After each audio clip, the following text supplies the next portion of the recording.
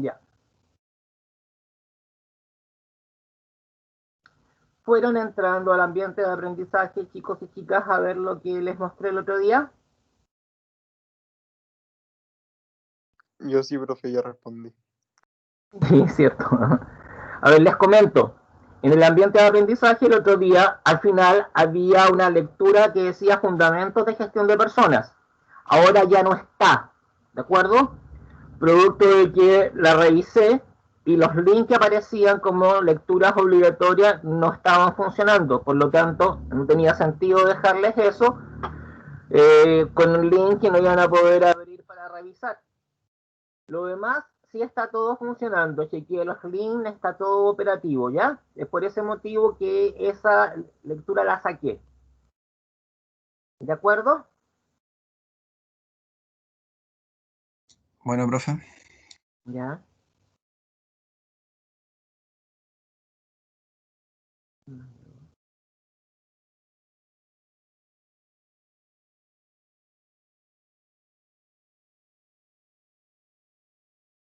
Bueno, después reviso la lista. Ah, ahí.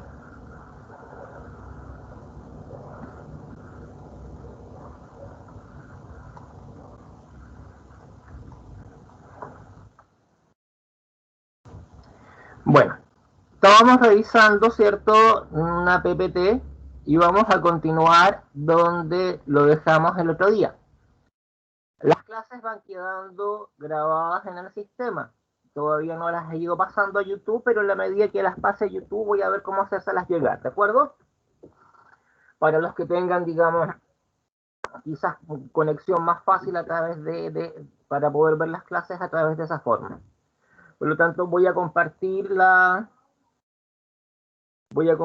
pantalla para que sigamos trabajando con la PPT que teníamos o que estábamos trabajando el otro día.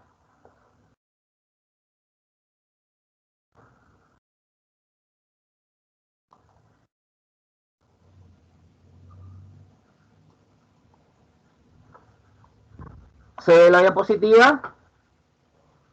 Sí, profe. Sí, profe.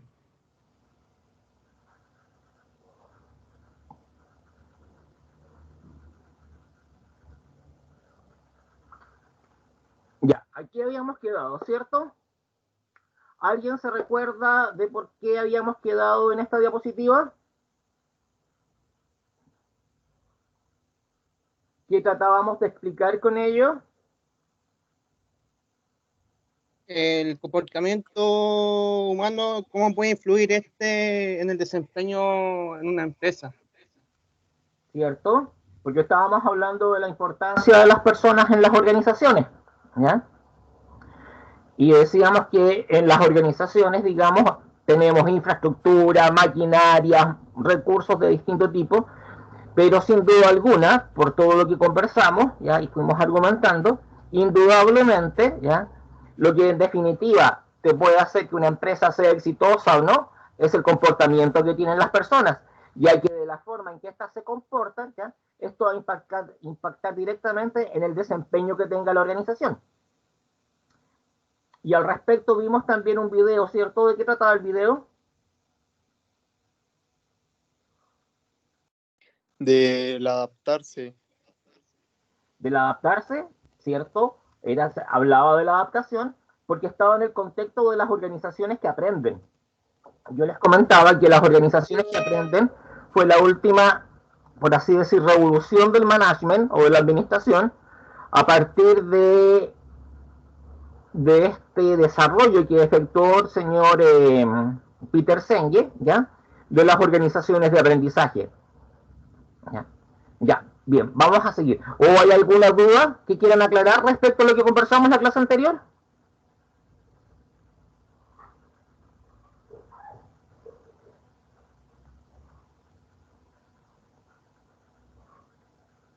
¿No hay dudas?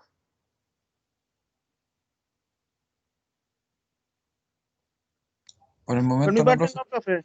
Ya, vamos a seguir entonces. Ya saben, si tienen cualquier duda o consulta, ya, o inquietud o aporte que hacer, ya intervienen nada más, ¿ya? Sigamos. ¿Ya? Volviendo a nuestro sistema de recursos humanos o de gestión de personas. ¿Se recuerdan de esa lámina cuando decíamos que el sistema de recursos humanos de gestión de personas era macro y el sistema de personal era micro y que uno estaba contenido dentro de otro? ¿Se recuerdan de eso? Sí, profe. Sí, Ya. profe. Recapitulando con respecto a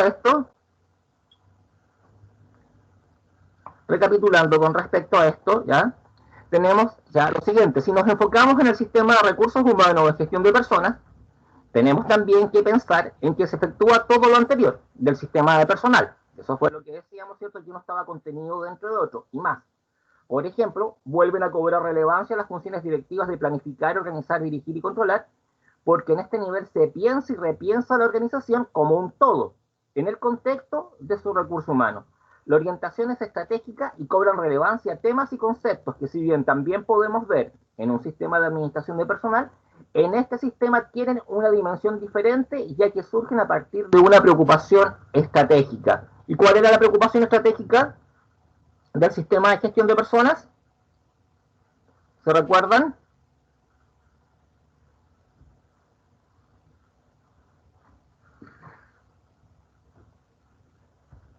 Eso no lo recuerdo yo bien, profe. Ya, Que decíamos hacía que que el personal aportase a la empresa y le hiciera crecer. efectivamente, ¿cierto? ¿Ya? La diferencia radicada fundamentalmente es que en nuestro sistema de gestión de personas, ¿ya? La idea era trabajar con las personas para que éstas se convirtieran en una diferenciación estratégica, ya que ayudara a crecer a la empresa, como dice el compañero, ¿ya? Digamos.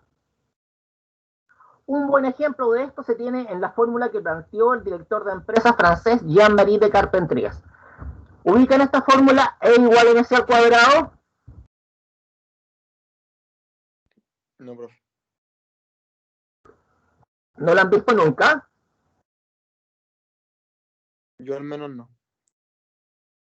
Esta es una fórmula, ¿cierto?, que hizo el señor Einstein, ¿ya? En la fórmula, el señor Einstein nos planteaba que la energía era igual a la masa por el calor al cuadrado, y de ahí se formula la ley de la teoría general de la relatividad. Pero como acá estamos en un contexto sistémico, ¿cierto?, lo que hace este señor Jean-Marie de Carpentries es quedarse con la forma, ¿ya?, de la fórmula, pero le cambia, ¿ya?, el fondo o el contenido. Así tenemos lo siguiente, ¿ya? Y seguramente has dicho, pero ¿cómo? Si eso es de Einstein y se refiere a un concepto de la física. Tienen toda la razón, pero este señor lo que hace es tomar la forma de la fórmula de Einstein y modifica su fondo de la siguiente forma. Efectividad es igual a motivación por cultura y por competencia. Entonces, en esta orientación estratégica, por lograr una ventaja competitiva a partir de la gestión del componente social de las organizaciones, la efectividad organizacional, este componente que tenemos ahí, se refiere a la forma en la cual la organización debe ir combinando las veces que debe actuar vía eficiencia o vía eficacia, en un planteamiento de negociación de recursos del sistema empresa. Por ejemplo, en una clínica, una emergencia vital debe ser abordada vía eficacia, a diferencia de una consulta médica no crítica que deja espacio para la eficiencia. Acá tenemos que tener claridad respecto a que los conceptos de eficacia y eficiencia son conceptos distintos, ¿ya? ¿Cuál es la diferencia entre uno y otro?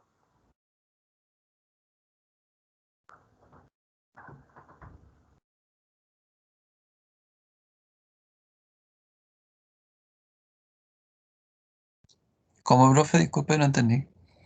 Ya, estamos definiendo, ¿cierto?, o redefiniendo esta fórmula, en donde Einstein planteaba, ¿cierto?, E igual a mc al cuadrado en el contexto de la física, pero este señor Jean-Marie de Carpentries la reformula y nos dice con los mismos componentes, ¿ya? E, efectividad, M, motivación, y la C al cuadrado dice cultura por competencia, ¿ya?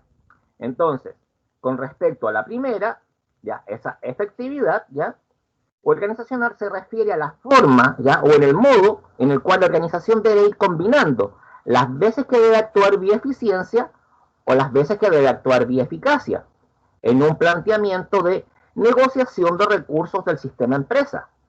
Por ejemplo, en una clínica, una emergencia vital debe ser abordada vía eficacia, a diferencia de una consulta médica no crítica que deja espacio para la eficiencia.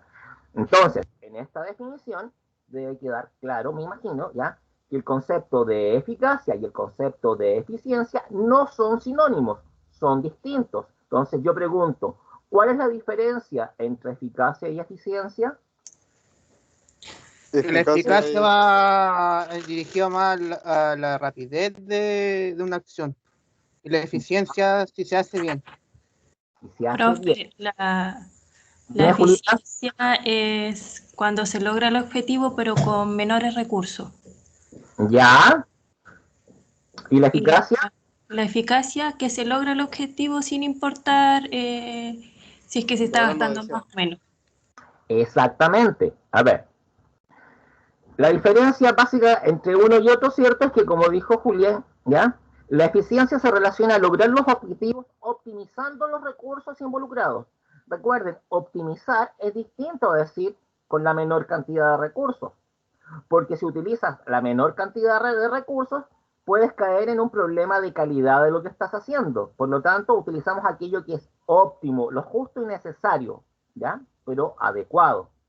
En cambio, eficacia se relaciona con lograr el objetivo a como dé lugar.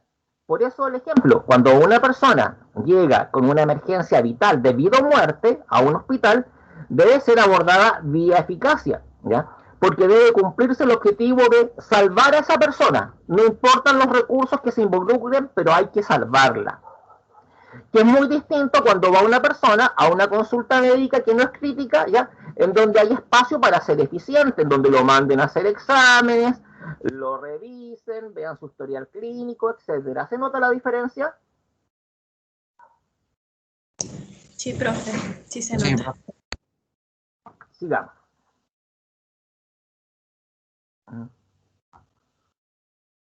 El otro componente, ¿cierto? Teníamos ese que era efectividad, era igual a motivación, ¿ya?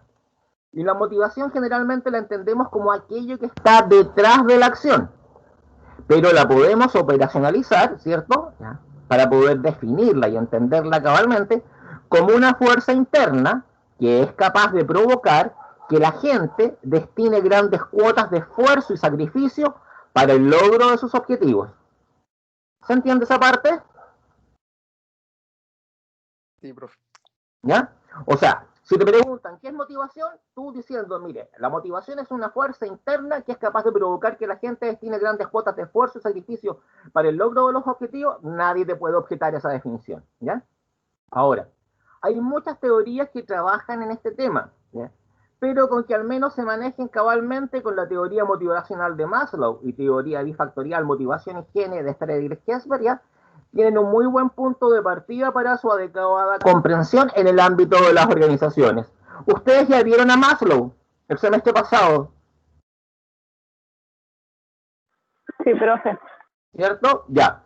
Y la teoría de Maslow, ¿ya? ¿Qué nos dice? ¿Quién me podría hacer un breve resumen bien sintético de a qué se refiere la teoría motivacional de Maslow?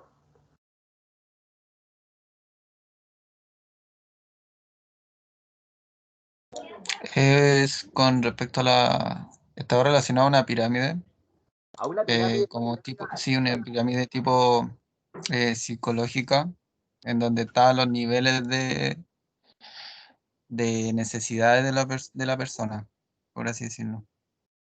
Exactamente, ¿cierto? Maslow, ¿ya? Maslow, la gracia que tuvo Maslow, ¿ya? Fue de ordenar todo este tema de la motivación humana. Porque hasta antes de Maslow, fíjense que habían, pero montones de personas que habían estudiado el fenómeno. Todos estaban de acuerdo con que se relacionaba con necesidades, pero resulta que las necesidades son, por así decirlo, infinitas, ¿ya? Por lo tanto, habían listados y listados de necesidades humanas, ¿ya? Dependiendo de con qué autor trabajabas. Y la gracia de Maslow fue que él tomó todo esto, ¿cierto? Y lo ordenó. Y estableció que había necesidades de corte primario y necesidades de tipo secundario. Y generó una pirámide en donde a la base tenemos aquellas necesidades más básicas del ser humano, aquellas de sobrevivencia, respirar, alimentarse, etcétera, ¿ya? Y en la cúspide llegábamos con las necesidades de tipo secundario, en donde teníamos la autorrealización, etcétera. ¿Se recuerdan de eso? Sí, profe. Sí, Ya. profe. Entonces, lo que nos decía, ¿cierto?, la pirámide motivacional de Maslow es que todas las personas se manejaban con la misma escala, ¿ya? Y que una persona, para pasar de un peldaño de la escala al peldaño superior, tenía que tener satisfecho el peldaño previo. ¿Se recuerdan de eso? Sí, profe. Ya. Entonces, ¿ya? ¿Por qué yo les agrego el tema también de Freyde-Schesberg? ¿Ya? Porque resulta que si bien Maslow es súper potente para comprender el fenómeno de la motivación, ¿ya? Si nos vamos a meter a trabajar la motivación dentro de la empresa, nos vamos a encontrar con que todas las personas tienen una pirámide motivacional que es particular e individual, ¿sí o no? Sí, profe. Ya. Y la forma en que una persona satisface una necesidad es igual a la forma en que otra persona satisface esa misma necesidad. No. No, ¿cierto? Entonces, si tenemos ese problema, ¿cómo lo vamos a medir?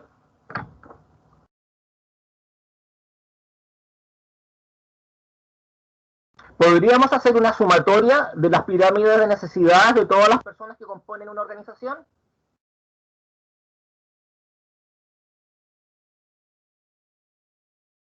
Sí. ¿Mm? Si me dices, disculpa, tu nombre es... ¿Quién habló? A ver, ¿por qué me dices que sí? Porque reuniendo todas las necesidades podríamos ver cuáles son las primordiales y las secundarias. Claro, de acuerdo, pero el tema es que acordamos ya que las necesidades son individuales, ¿cierto? Sí. Y que la forma en la cual tú satisfaces una necesidad es distinta a la forma en que otra persona satisface esa misma necesidad. O sea, me explico. Por ejemplo, para una persona, ya supongamos que estamos dentro de la pirámide, en la escala del reconocimiento. ¿Se acuerdan de esa parte? Sí, profe. Que es la cuarta, creo que era. Sí, más o menos, ¿ya? Hay gente para la cual el reconocimiento o su necesidad de reconocimiento, ¿ya?, se satisface con el hecho de que tal vez su jefatura le dé un golpecito en el hombro y le diga, lo hiciste muy bien. ¿Sí o no? Sí, profe. Sí. Pero hay gente que frente a la misma necesidad, el golpecito en el hombro no le hace ni cosquillas. Necesita una carta o un correo formal en donde lo feliciten por su desempeño. ¿Sí o no? Claro. Entonces, ¿podríamos sumarlas si se satisfacen de manera tan diferente? No. No. ¿Te fijas? Entonces, como les decía, Maslow es sumamente poderoso para comprender cómo funciona, ¿ya?, la motivación humana. Pero para efectos de trabajarlo al interior de una empresa y poder medirla, ¿ya?, ahí estábamos complicados. Por eso que aparece la teoría bifactorial motivación y género de Friedrich Schesberg, en donde él se da cuenta de que en la misma teoría de Maslow podríamos identificar necesidades de tipo primaria y necesidades de tipo secundaria. Y él a las primarias las llamó, ¿ya?, motivación higiénica. Y a las secundarias las llamó, ¿ya?, o factores higiénicos, perdón. Y a las secundarias las llamó factores motivacionales. ¿Ya? Y estableció que tenían algunas características. Por ejemplo, todas las higiénicas eran cíclicas. Aparecían, se satisfacían, pero vuelven a aparecer. ¿Entiendes? ¿Lo puede explicar de nuevo, profesor? Ya, vuelvo a explicar. Friedrich Schesberg, ¿cierto?, partiendo de la base de que el mismo Maslow reconocía necesidades de tipo primaria y necesidades secundarias, ¿ya?, Él tomó esta teoría y la redefinió y creó su propia teoría. Dijo, aquello que es primario son factores higiénicos y aquello que es secundario son factores motivacionales. Y estos factores higiénicos y estos factores motivacionales tienen características que los diferencian. Por ejemplo, todos los factores higiénicos son cíclicos, o sea, aparecen, se satisfacen y vuelven a aparecer. Por ejemplo, tienes sed. Tomas agua, una bebida, una chela, dependiendo cómo quieras satisfacerla, ¿cierto? Sí, profe. Ya. ¿Y si te acabó la sed para siempre? No. No, ¿cierto? Siempre vuelve. ¿Mm? Siempre vuelve, ¿ya? Igual que el hambre y otras cosas, ¿ya? En cambio, dentro de los factores motivacionales, nos encontramos con el reconocimiento. Por ejemplo, si tú en tu trabajo, ¿ya?, en la organización donde te desempeñas, te sientes valorado, te sientes reconocido, hay buenas políticas, hay buenos liderazgos, etcétera, y eso no cambia, esa sensación de reconocimiento, ¿ya?, que se siente satisfecha, ¿desaparece? No. En la medida que la organización siga con esas buenas prácticas, se mantiene en el tiempo. ¿Se dan cuenta? Sí. Ya. Entonces, ya no teníamos una escala, sino que teníamos dos tipos de factores. Y Hesberg dijo, dentro de la organización podemos identificar qué es higiénico y podemos identificar qué es motivacional. Si ustedes buscan en la internet, ¿ya?, y googlean factores higiénicos y factores motivacionales, se van a encontrar con unos cuantos factores bien específicos. Dentro de los higiénicos nos vamos a encontrar con la música ambiental, la alimentación, los uniformes, el mobiliario, ¿de acuerdo? Sí. Y en los factores motivacionales te vas a encontrar con el reconocimiento, con la participación, con la autonomía, ¿ya? Por lo tanto, ya no teníamos el problema de que fueran situaciones individuales, ¿ya?, y que las personas podían sentir, ¿ya?, de distinta manera, sino que nos encontrábamos con factores bien precisos que podían estar o no estar. ¿Se entiende? Sí. Entonces, a partir de eso, ¿ya?, es que es posible, ¿ya?, ahí, con la teoría bifactorial de motivación y higiene, entrar a medir. Porque una organización puede saber, ¿ya?, cuáles son los factores higiénicos que posee, cuáles son los factores motivacionales que posee, y de alguna manera ponerle nota y rankearlo, ¿de acuerdo? Y ahí trabajar con ellos. ¿Se comprende, chicos y chicas?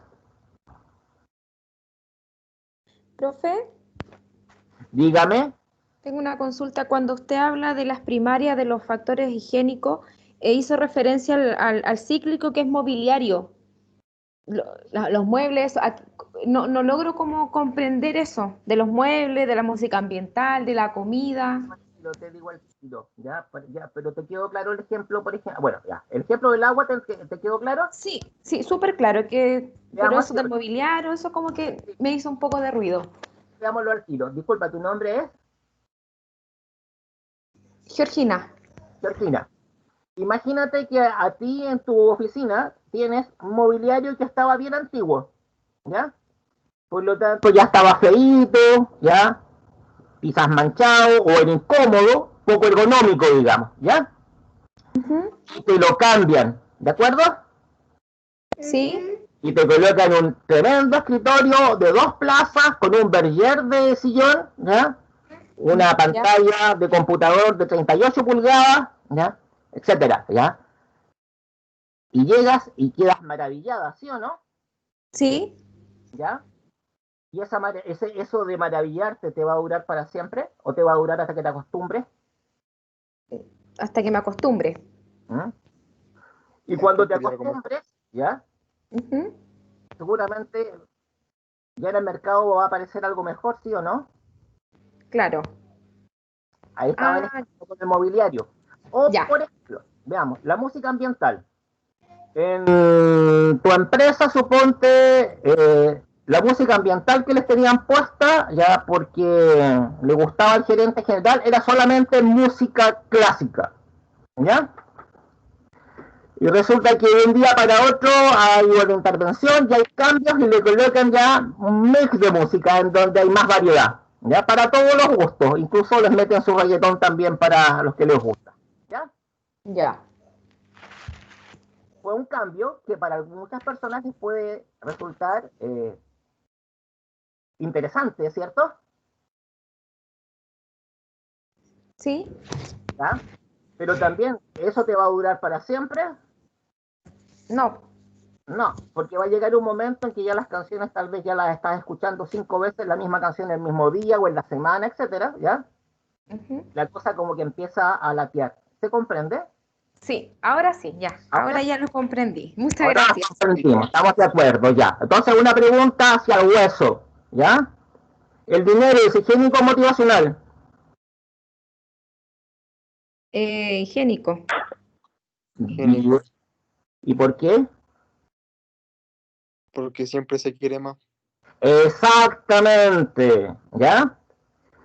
Lo que es motivacional, ¿ya? Relacionado con el dinero, ¿ya? Es la justicia con la cual te pagan. O sea, la remuneración puede ser motivacional en el sentido que te sientas remunerado con justicia, ¿ya? Pero el dinero como tal es absolutamente higiénico porque siempre se va a querer más. Si te dan un aumento en un momento determinado, puedes estar muy contento o contenta y esa alegría te va a durar la semana, el mes, el año, hasta cuando aprendas a gastarlo. Y cuando aprendes a gastarlo, estás igual o peor que antes. ¿Se entiende? Sí, profe, se entiende. Ya está. ¿Se fijan? Entonces, con la teoría de Hesberg, efectivamente, sí podemos entrar a medir motivación. Maslow nos ayuda a comprender el fenómeno, ¿ya? Pero con Hesberg los medimos, ¿ya?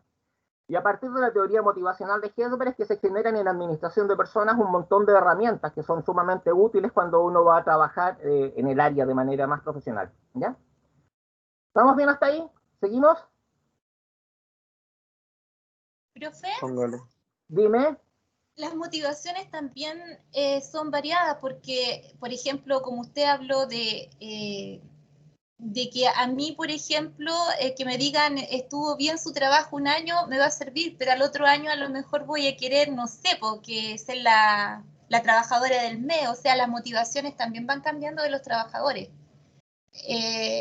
Por decirle por un ejemplo, ¿Ya? lo que me motiva este año a los trabajadores en común, por eso de repente uno dice, pucha, y otra vez el paseo de todos los años, vamos, no sé, pues, vamos al Edén, todos los años la empresa nos llevan a eso y como que después ya esa motivación que era en principio importante, después igual deja de tener valor. O sea, en el secundario de las motivaciones, también esa práctica también varía. Sí, varía, pero el tema es que con la teoría bifactorial de Hesberg eso lo podemos medir. Y no hablamos de la motivación, sino que hablamos de los factores que contribuyen a ella. Entonces, por ejemplo, ya tenemos la participación, actividades recreacionales, aunque en esas podríamos tirarla de higiene, bueno, la participación, etcétera, y las ranqueamos. Y como tú dices, ¿cierto? Van cambiando en las personas. Cuando se mide, ¿ya? Puede que en el primer año aparezca el tema de la participación dentro de la empresa como un déficit. Por lo tanto, la organización puede trabajarlo y generar instancias de participación dentro de su componente social o colaboradores, ¿ya? Para que eso mejore. Al año siguiente, ¿cierto? Puede volver a efectuar una medición del tema y se encuentra con que la participación ya no está en primera prioridad, sino que está en primera prioridad el reconocimiento. ¿Por qué? Porque la gente ya se siente participando, ¿ya? Pero no se siente reconocida. Por lo tanto, hace que la organización pueda focalizar sus esfuerzos. No sé si con eso te queda más claro. Ahí sí, profe, ahora está claro. ¿Ahora Ya, está claro? gracias. ¿Alguna otra consulta?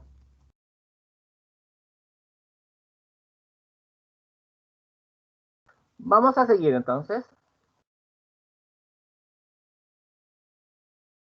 Este otro componente, ¿cierto?, que forma parte del C al cuadrado, cultura, generalmente entendida como el conjunto de normas, creencias y costumbres que un grupo humano se ha dado producto de su interacción, y que para ese grupo humano define el deber ser de las cosas. Las definiciones de cultura organizacional comparten conceptos comunes, subrayan la importancia de los valores y creencias compartidos y su efecto sobre el comportamiento.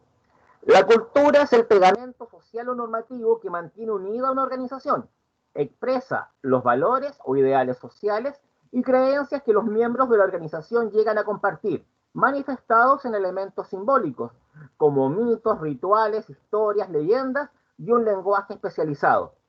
La cultura organizacional incluye lineamientos perdurables que dan forma al comportamiento. Cumple con varias funciones importantes, entre ellas, ¿cierto?, la cultura ayuda a transmitir un sentimiento de identidad a los miembros de la organización. Facilitar el compromiso con algo mayor que el yo mismo, porque te comprometes con algo que es superior a ti. La organización es más grande que cada uno en términos individuales, ¿ya? Refuerza la estabilidad del sistema social. Ofrece premisas reconocidas y aceptadas para la toma de decisiones. ¿Se va entendiendo?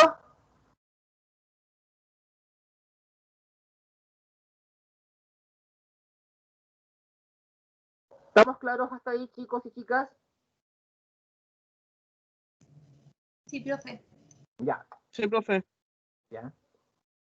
Y tenemos, ¿cierto?, ya la segunda C, que es la competencia, ¿ya? Que aquí me voy a extender un poco, dado que esto es importante en el contexto de esta primera unidad y del curso para lo que viene, ¿ya?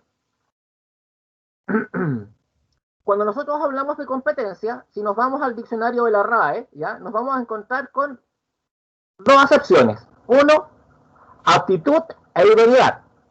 Y dos, acción de competir. Aptitud significa idoneidad para el buen desempeño de alguna cosa, ¿ya? Perdón, la aptitud y la idoneidad, adecuado o conveniente. En este contexto, una competencia estaría implicando los siguientes elementos. Conocimiento, que tiene que ver con el entendimiento, la inteligencia y razón natural. La capacidad, que implica aptitud, idoneidad, aptitud intelectual, inteligencia, talento. Habilidad, destreza, capacidad para hacer algo. Eficacia, virtud de obrar. Eficiencia, virtud o facultad para obtener un efecto determinado. Efectividad, calidad de servicio. ¿Estamos claros hasta ahí? Eso era lo que nos dice la RAE en relación al tema de competencias.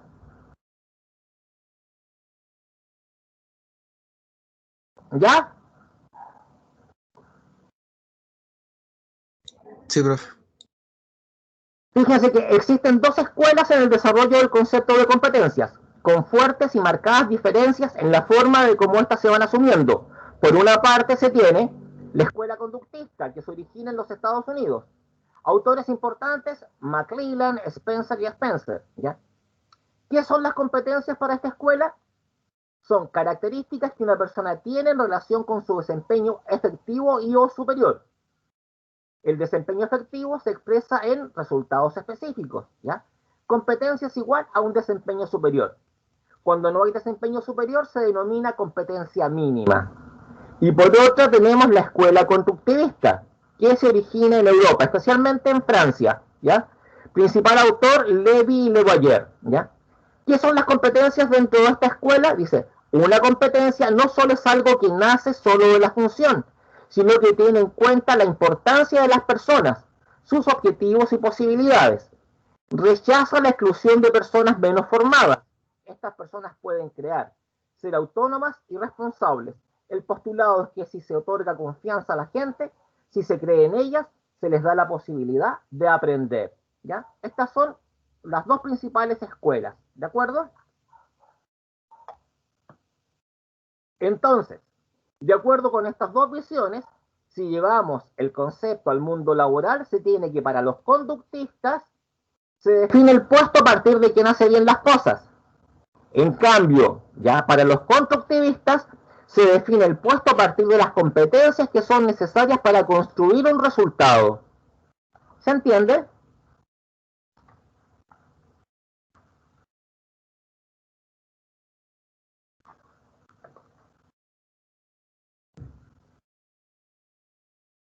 ¿Se comprende, chicos, chicas? Por mi parte sí comprendí, profe. ¿Ya? Sí, profe, sí, profe. Cualquier duda que pueda ir emergiendo, me la consultan nomás, ¿ya? En sí, el origen del concepto es bastante contradictorio. Si se toma como punto de partida que la RAE entrega dos acepciones, ¿ya?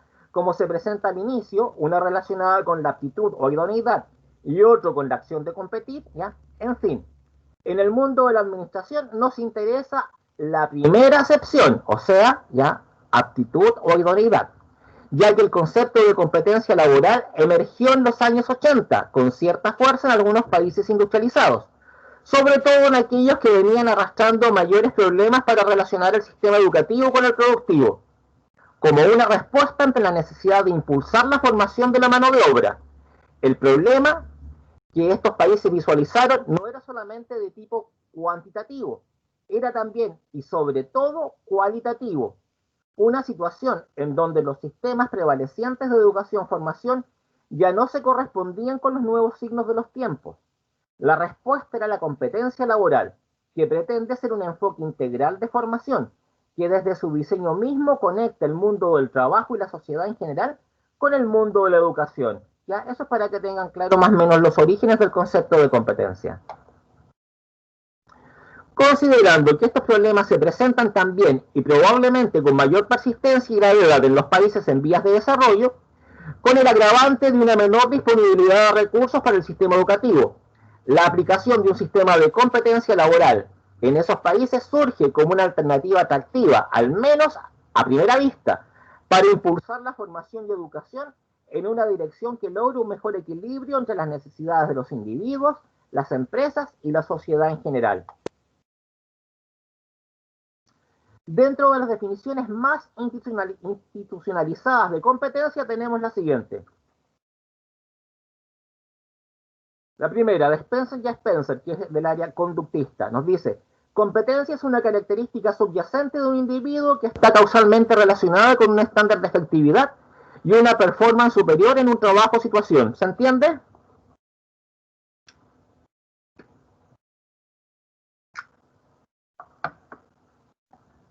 Sí, profe. ¿Ya? La segunda, de Levi Levayer, que es de la otra escuela. Competencias son repertorios de comportamientos que algunas personas dominan mejor que otras, lo que las hace eficaces en una situación determinada.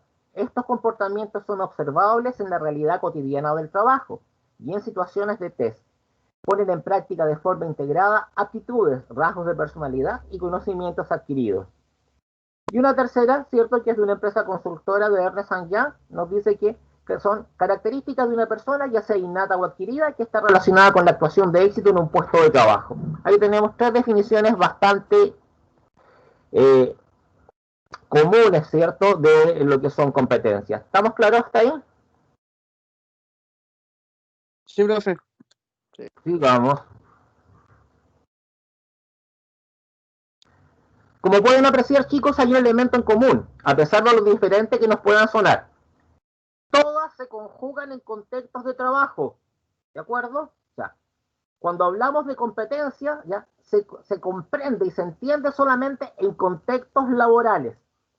De ahí que generalmente cuando se habla de competencia se subentiende que estas son laborales.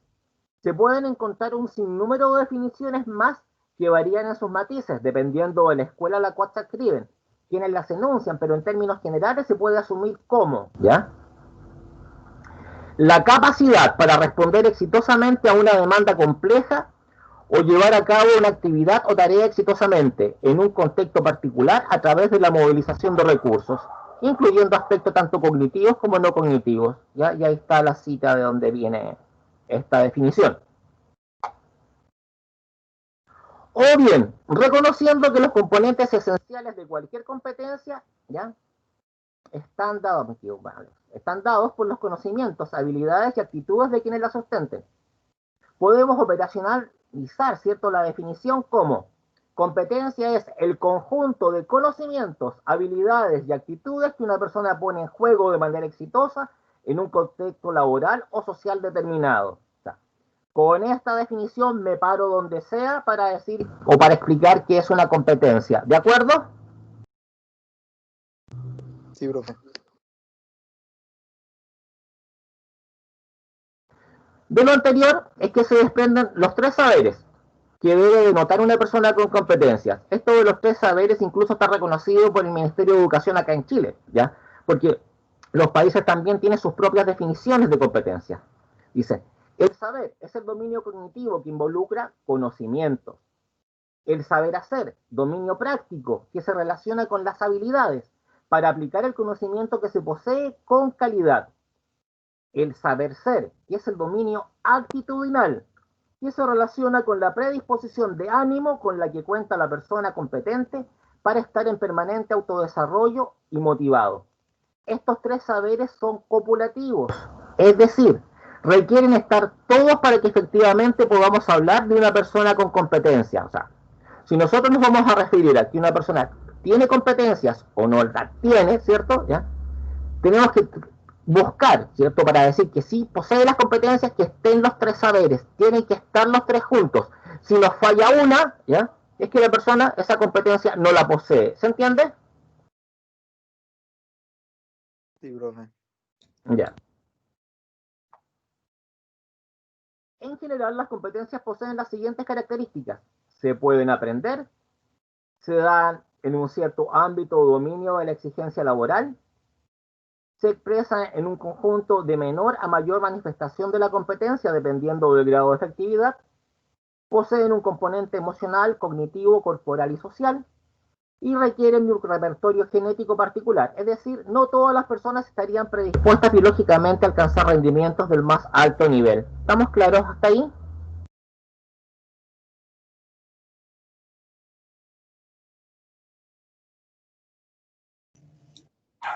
Sí, profe, claro. Digamos, para desempeñarlas exitosamente las competencias, el trabajador debe saber combinar y movilizar un conjunto de recursos pertinentes, conocimientos, habilidades, cualidades, recursos emocionales, cultura, redes.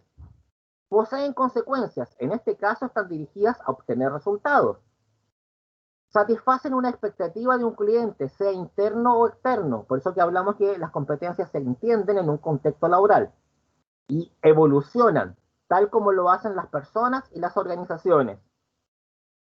De eso se trataba más o menos el video que vimos el lunes, ¿ya? Que las organizaciones habían evolucionado, por eso debían, ¿cierto?, ser organizaciones que aprenden.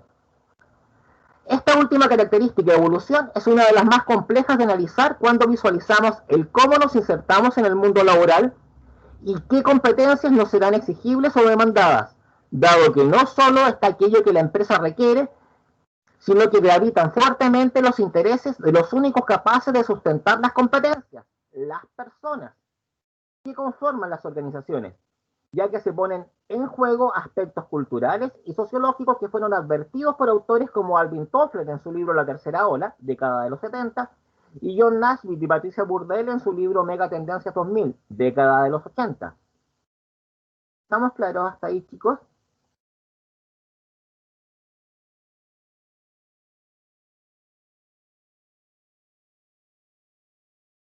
Sí, profe, Sí, estamos claros.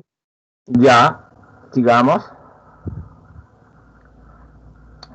Yo les voy a colocar ahora un video, ¿ya?, que hace referencia a distintas generaciones de trabajadores, donde seguramente ustedes se van a poder autoidentificar, para que después lo comentemos, ¿ya?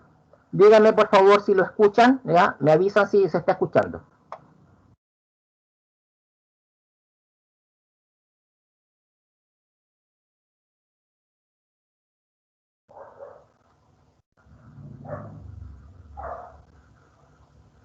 Ay.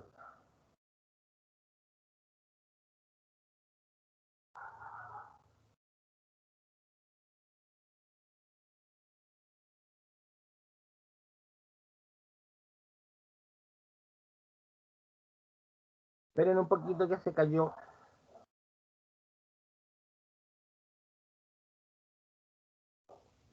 Y ahora lo vamos a compartir mejor, ya, espérense un poquito.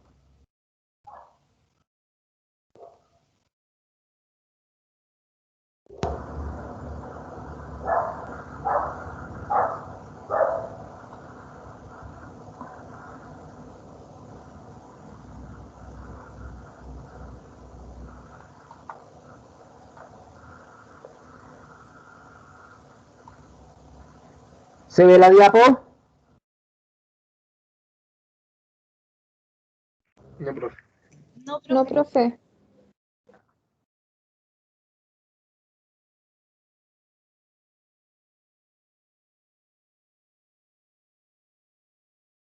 Voy a volver a compartir.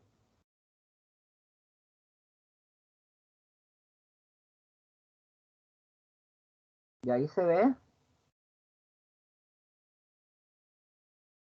No, profe. ¿Se ve? No, no se ve, profe. No, profe. No, los pasa.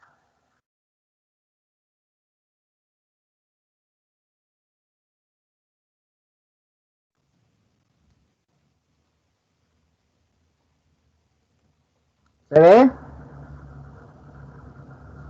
Ahora sí, profe. Sí, profe. Pues sí. Ya.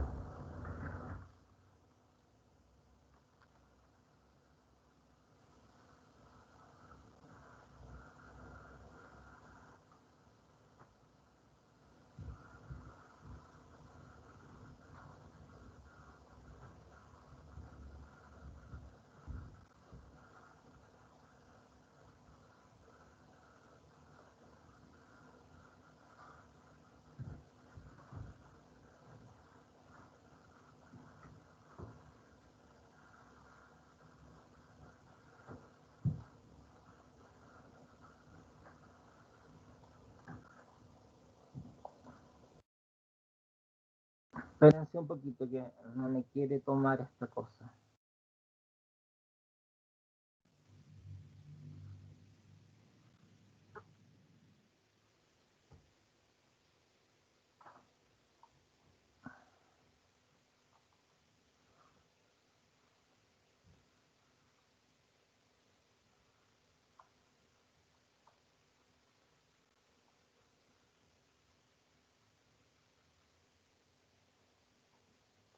¿Se ve?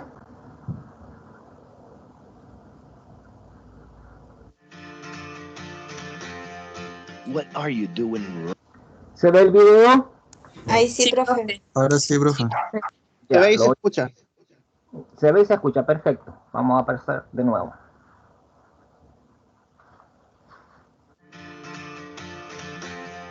What are you doing right now? Is it something that you really love? Millions of people at this very second are doing exactly what makes them happy.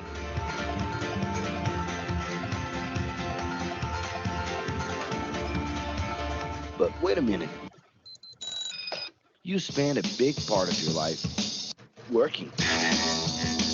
And any job has the potential to drive you insane. I think this is a good time for a break. But, of course, there's a bright side.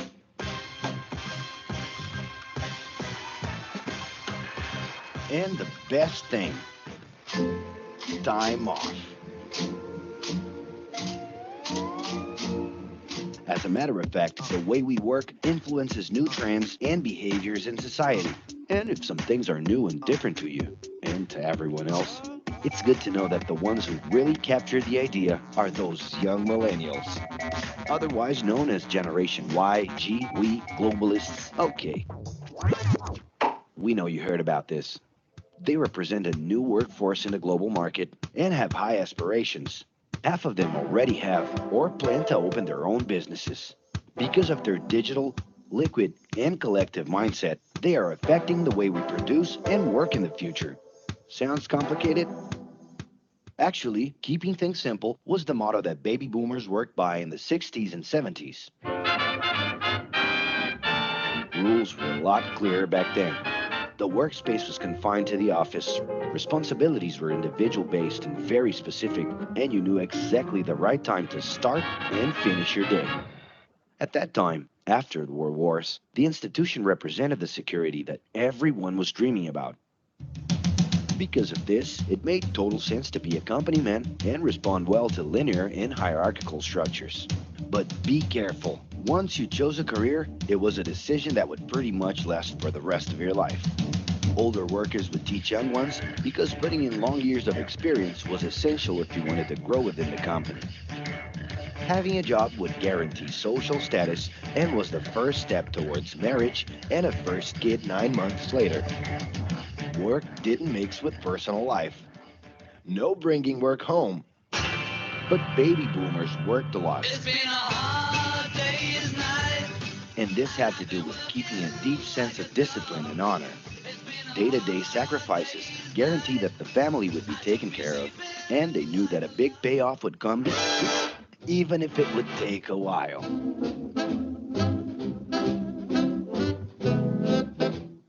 However, Generation X redefined the time relationship between work and reward. Super confident, extroverted, very competitive, and doing everything in their power to achieve quick growth, these guys were always on the lookout for better offers. A profitable idea could easily put them into a leadership position based on meritocracy without taking their experience into account. As they searched for more ways to personally stand out and be professionally independent, they relied on degrees, including MBAs and PhDs, to get ahead of their competitors.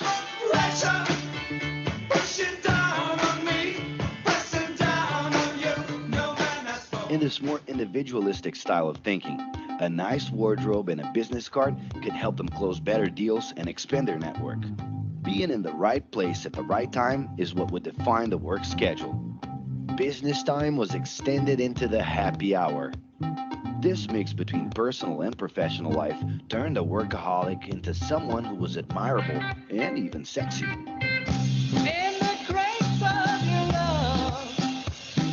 The winner was whoever could get onto the board of directors in the shortest time possible. I can do anything if I can just get a chance. And thus immediately live out the pleasures of this achievement.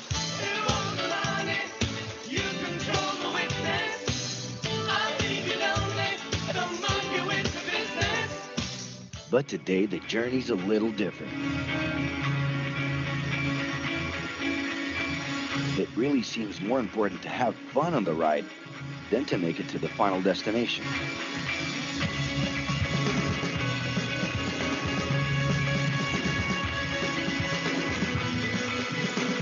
Ironically, millennials, those unpredictable kids, are the ones perfectly translating this new vision. In a time when pleasure determines professional accomplishment, they know, like no one else, how to recognize opportunities that link passion with work. It's not right, but it's now or never. The creative economy, new professions, an entrepreneurship boom, and the new collective power are painting a brilliant and never-before-seen scenario. No wonder millennials are so impatient. The speed at which they connect with the world sets the pace for their work relations. Projects that only will make a difference in the long term just don't stimulate them. And they need constant feedback so they can feel that their efforts are being recognized. So? It's great. I love it. The traditional pyramid inside of companies doesn't really fit with these anxious young people. They're excited about working with older generations, but only if the relationship is on equal terms and with mutual respect. It's all about exchanging knowledge, no matter your age. Being that millennials find empowerment in discovering things on their own. It's natural for them to diversify their channels and seek out informal types of education instead of simply picking out a major. In the end, professional commitment is not just a norm. It's something that naturally comes from truly engaging experiences. Besides having a job, it's become more important to have a purpose that can be carried out in different forms at the same time. Mobility, shared workspaces, home offices, and the possibility to create your own hours make work always present, anytime and everywhere. For that reason, people with different work styles are having more freedom to tap into their talents, and even those with introverted personalities can transform their ideas into million-dollar businesses. Yes, you can stay in your pajamas as long as you maintain an updated and attractive profile across your social network.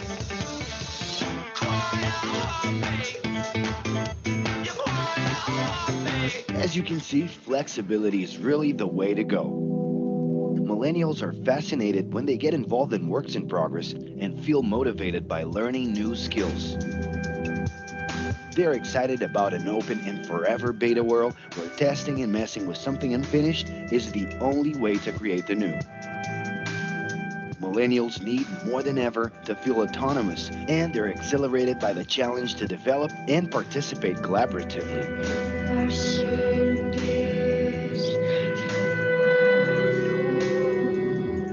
They can change direction quickly and don't let attachments hold them back.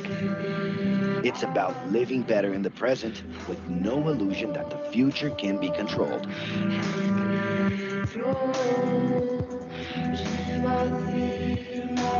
That's because of one simple thing. Whoever adapts more easily can evolve along with the changes. And if you feel overwhelmed by everything so far and are looking for the right answer, well, sorry, we're still going to ask you another question. Are you doing what you love right now? No. So start.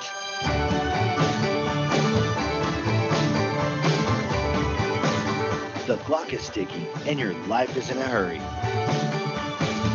Discover your life's purpose and make it happen. Loving your work will put you in motion. It's the only way to lead a fulfilling life every day.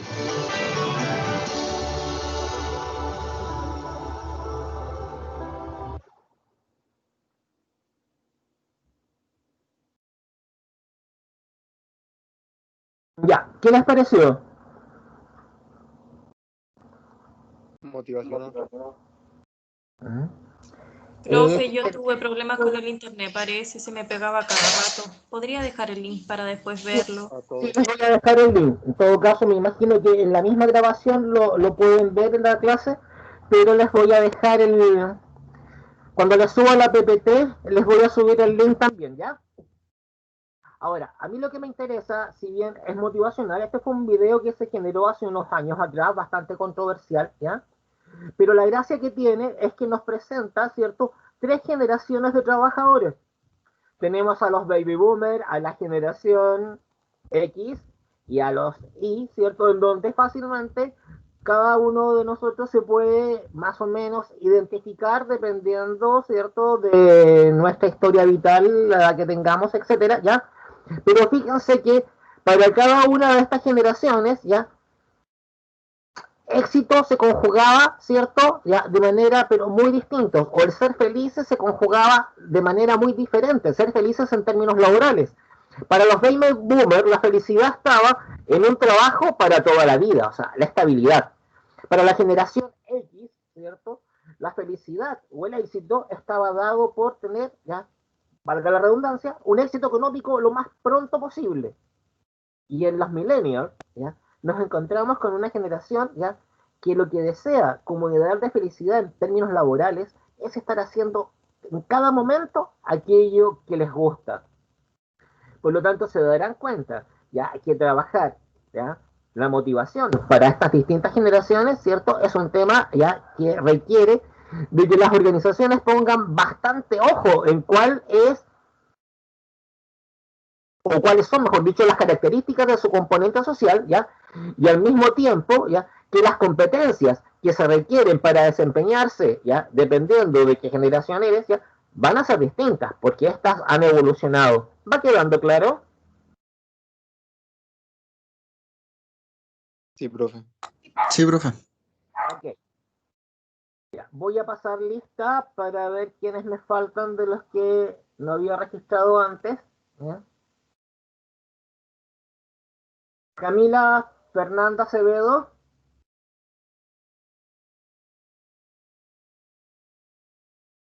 Angeli Arenas.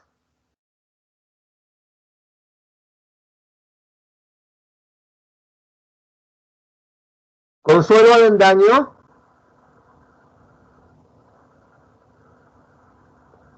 ¿Me escuchan? Sí, profe, se escucha. Ya. Francisco Ávila.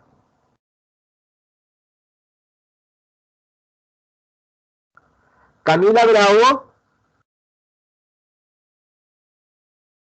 Lidia Carmona. Caroline Carvajal. Acá, profe. Gracias. Renato Moya. Acá, profe. Benjamín Muñoz. Aquí, profe. Gracias. Mario Peralta.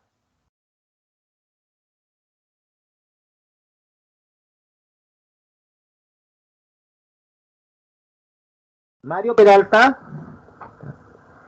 Claudio Pizarro. Fabiola Quilográn. Acá, profe. Gracias. Vania Riqueros. Acá, profe. Gracias. Javiera Rivera.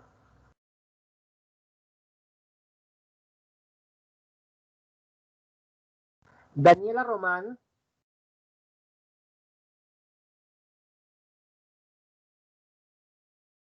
Ok. Chicos, entonces, ¿qué tarea tenemos para el lunes? Es como un debate que hay que hacer. Tenemos, ¿cierto? Como un debate, más bien un foro, no va a ser un debate, ¿ya? Pero sí tienen que responder la encuesta que está en el ambiente de aprendizaje, en función del caso Diablito que ahí se hablaba, ¿ya? Tienen que responder esa encuesta para que podamos conversar respecto a lo que ustedes fueron respondiendo el día lunes, ¿ya? Profe, ¿Sí? ¿me nombran en la lista? ¿Quién eres? Mauro Canales. Si es que te había visto antes, Mauro. Y profe, ¿Sí? la Javiera Inés tiene en mano el micrófono por si acaso. ¿Quién? Javiera Inés, pero está en la clase. Profesor, a mí también creo que me nombró, pero no alcancé a responderle. Ya, disculpe, ¿cuál es tu nombre? Marco Barca. No sé si te tengo presente. ¿Qué me decían, Javiera, cuánto? Inés. Javier Inés Rivera. Ah, Rivera. Rivera. Perfecto. ¿Ya? Profe Bastián Pozo. Es que parece, algunos los tenía cuando también estabas presente ya. ¿Ya? Y Javiera quedaste presente. ¿Ya? A mí tampoco me nombró. ¿A quién? Marta Flores. Sí, porque te tenía presente de antes. Nombré a los que no los había visto. Ya los demás que había visto los tenía presentes ya. Chicos y chicas, entonces el lunes la idea es que conversemos respecto a este caso, ¿ya? Y por favor, lo va a ser con la cámara abierta, ¿ya? Les aviso al tiro para que aquellos que andan en pijama todo el día anden un poquito más presentables, por lo menos de la parte de arriba, ¿ya? Y cuando intervengan, ¿cierto? Nos vamos a ver cara a cara. ¿De acuerdo? Bueno, profe. Bueno, profe. ¿Alguna consulta? ¿Duda? ¿Que tuvo angustia? Profe. Dígame. ¿El documento lo va a subir hoy día, profe? ¿Perdón? ¿El documento? ¿El que nos presentó hoy día? No, esto se lo voy a dejar arriba el fin de semana. Sí, para los lunes necesito lo que está en el ambiente de aprendizaje. Esto se los voy a subir el fin de semana. Vale, profe. ¿Ya? ¿Alguna otra consulta?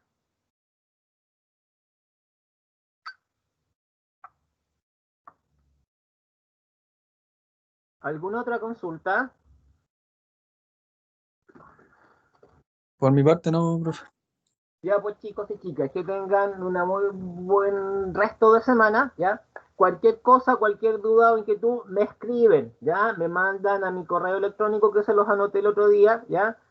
O me escriben aquí por el Teams. Gracias por los cuadros que mandaste, Ignacio, ¿ya? Buen aporte, 1.000.000 de gracias.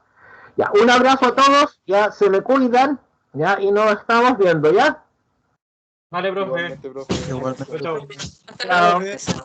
Chao, profe, que esté bien. Hasta luego. Chao, profe. Buenas noches, profe, que esté bien. Chao, Lin. Chao, profe.